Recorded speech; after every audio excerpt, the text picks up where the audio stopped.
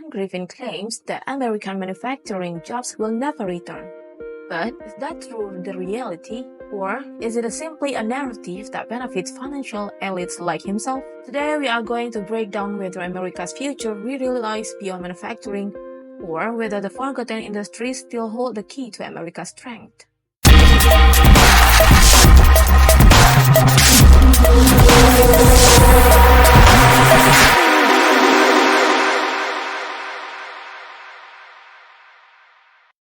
Griffin, the founder of Citadel, one of the most influential billionaires in the financial world, recently renewed his criticism of President Trump's tariff policies. Speaking at Stanford University, Griffin explained that while he appreciated President Trump's ambition to restore the dignity of American workers through manufacturing jobs, he believed the dream was unrealistic and would not materialize. According to Griffin, with an unemployment rate of just 4%, America has already moved on from manufacturing. He argued that the United States should focus on its real strengths, creating intellectual property, technology, and content, rather than trying to revive the factories of the past. In Griffin's view, industries like appliance manufacturing, zipper production, or flat-screen TVs belong to a bygone era. However, beneath his seemingly rational argument lies a critical question. Is Griffin truly neutral? Or is he representing the interests of a financial elite, an elite that has profited immensely from America's industrial decline? The decline of American manufacturing was not a natural phenomenon. It was the result of a series of deliberate policy choices that reshaped the economy in profound ways. One major turning point was the North-American Free Trade Agreement (NAFTA) signed in 1994. NAFTA eliminated most tariffs between the United States, Mexico, and Canada, making it far easier and cheaper for American companies to move production south of the border. Factories that once anchored American towns relocated to Mexico, where wages were lower and labor regulations were less strict. This triggered a wave of factory closures across the American Midwest, devastating local economies that had depended on manufacturing for generations. Another pivotal moment came in 2001, when China was admitted to the World Trade Organization. This decision integrated China into the global trading system and opened the floodgates for cheap Chinese goods to enter American markets. While consumers initially benefited from lower prices, the cost was severe. Massive outsourcing of manufacturing jobs to China, as companies sought cheaper production costs abroad.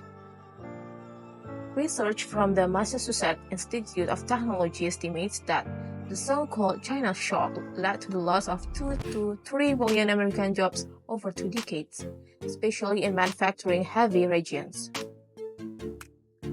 Entire communities across America were hollowed out. Factories closed, storefronts were boarded up, and middle-class stability gave way to long-term unemployment and social decline. This was not an accident of history. It was the direct consequence of policy decisions made by political and corporate elites, with promises of global prosperity that never fully materialized for millions of Americans. The real question is not whether globalization happened, but who paid the price for it. Does manufacturing still have a place in America's future?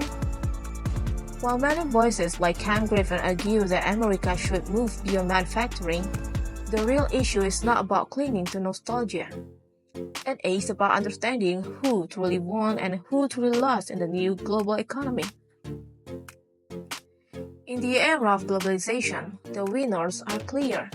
Hedge funds, big tech corporations, and financial elites have amassed enormous wealth. Meanwhile, factory workers, small industrial communities, and the traditional middle class have faced long, painful economic decline. For many Americans, globalization has not felt like an opportunity. It has felt like loss. They are not resisting change itself. They are resisting a system that offers them no future. But is manufacturing truly a thing of the past? The answer is more complicated. Modern factories are indeed far more automated than they were decades ago. Yet, automation has not eliminated the need for human labor entirely. Advanced plants still require skilled workers to maintain complex machines, ensure quality control, and drive research and development. These new manufacturing jobs demand higher skills, and they offer far better wages than traditional factory work ever did. Beyond that, there are growing signs that reshoring, bringing production back to the United States, is already underway.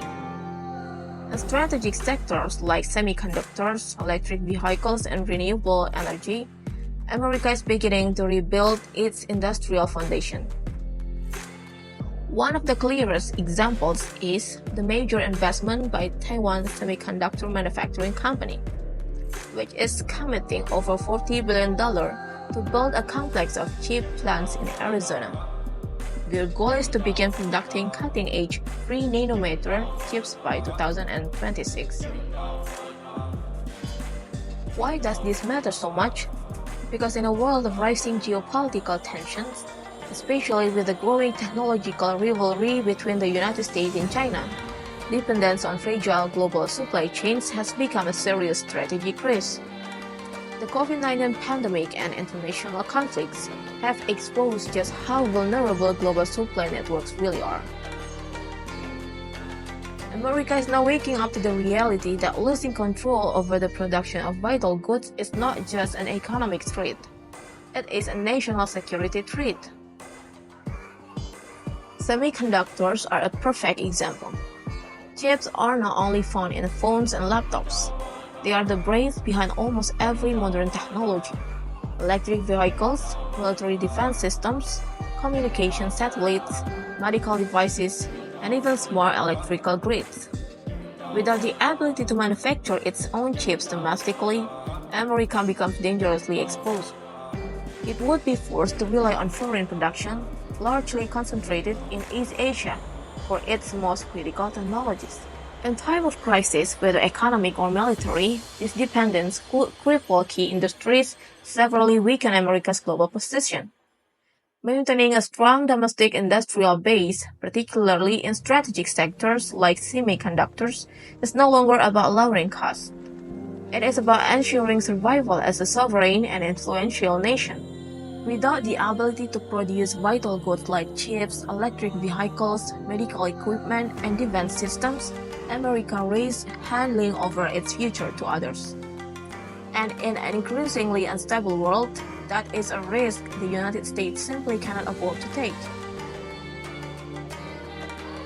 The real battle is not about reviving the past, it is about whether America can build a future that still rests on real strength, production, innovation, and industrial independence. These are not easy questions, but answering them is critical. Strength is a choice, decline is too. Subscribe and stay ahead of the narrative.